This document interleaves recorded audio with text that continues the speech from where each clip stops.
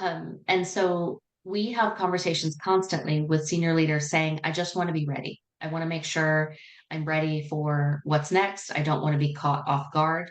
Yeah, is to make sure that we have access to our data. All that our records, our contacts, our performance reviews, our metrics, everything that we've done resides somewhere in the will be turned off for you. You'll lose access. So instead of panicking at the end and then, oh, I don't remember those numbers, why don't you just get them before? Start getting information. It's your information. Maybe print it, maybe send it to yourself, depending on how your environment is, but it's critical to have that background information, those achievements, that history. Also, to have the names and contact information of people who are in your network, who you've met through work, but still have relationships with. Yeah. And and also look at, or rather start asking yourself, of all these people, who could be good references for me? Mm. Oh, but I haven't spoken to her in 5 years. Do something about that. Keep those contacts warm so that when you start reaching out, if something happens, the relationship is more alive, so to speak. So if we start warming things up now, and then, yeah, with your contact information in your past email records, you're going to have all of your vendors, partners, clients, current and past, and coworkers, things like that. So, and it's really emotional, which brings us to our next point, right? Because if you think something like this is coming, it never hurts to start your resume, prepare your documents, your job search strategy, certainly your resume, but your LinkedIn, your ego and your confidence. It's, you go into crisis mode about your family and your finances and what's next, and an existential crisis about whether you'll ever go back to work again. And so, you may go through this process and build standout resume, LinkedIn profile, optimize it so you're showing up in recruiter searches, all of these things, and then not need it. Emotions are going to show through everything once you get the news. In your comments on LinkedIn, in the way you even show up for a picture when you're getting a new photo before the layoff happens. Sometimes companies offer that benefit. I've worked with clients before. And it's also something that you can negotiate because you may not be ready to start before you leave the company. Right. So, bottom line, ask your questions, make sure that what you need is addressed, Mhm. and then take it from there. One size doesn't fit all. Great. I think that one of the first things you need to do is you auditing your finances, drainers, Months typically. Um, some have up to a year, and especially. and then Mhm.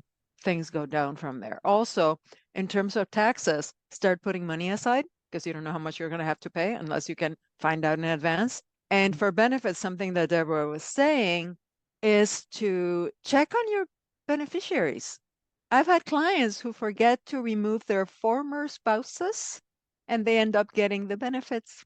Look at see where you can save some money in the benefits, and know that Cobra isn't your only option. I think a lot of people, you're offered Cobra, and so you pay whatever it is to keep the insurance that you had, but it's often not your best bet. And a lot of times switching to the marketplace, we have to make it easy for them. And so what you don't want to do is send a message to a recruiter saying, I'm open to new opportunities, and see what boxes you fill. What they will do is, I am open to a new opportunity in the X industry doing XYZ. Here's my resume for further information. They know exactly where you fit, what opportunities to look for. As you start to reach out, because sometimes we don't know what we want next, right? We know we don't want whatever it is we just left because whatever, for whatever reason, that was crazy. But what is it that you want? And you have the right to be a little picky. You've earned the right to be selective. And so getting clear on that ask, a good friend of mine likes to say, the universe doesn't answer vague questions. The people you've had conversations with, definitely start reaching out to them. And it's just make sure that when you go to market, you're hyper focused on what you want to do because that's going to increase the likelihood of you getting hired. 100%. Yes. Having a super clear focus on your ideal next role, your ideal industry, how you're uniquely equipped to solve the challenges that those companies and that industry will allow you to narrow your search, which will make it a lot more effective.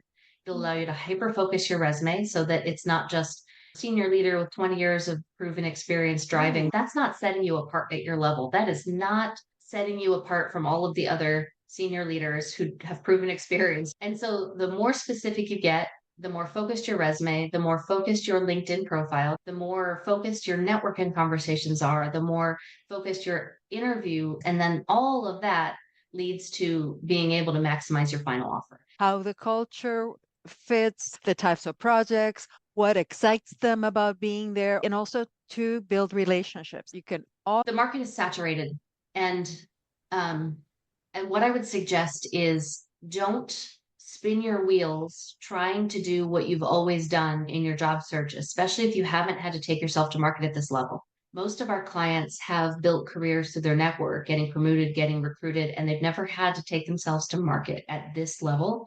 And the executive job search is different. The way you go to market is different. The way you compete against top talent candidates is different because you're not competing against who's in your company for promotions. You're competing against everybody else who has deep expertise.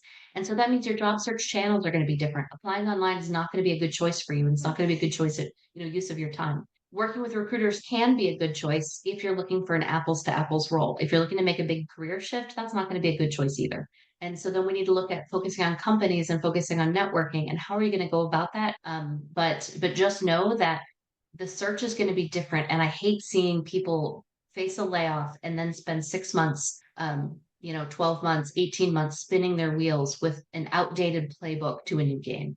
yeah, applying online is not going to be the best choice. And also not obsessing about keywords, as I've seen some of our clients sometimes do.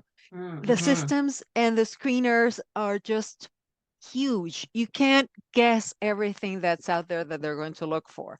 So what you really want to make sure is that people know you and you get your network. It's not because somebody's going to plop you in a position. You have to prove your worth, but at least opening your doors and getting to know you, that's what's going to make a difference. Otherwise, you're going to be obsessing over details that are not going to get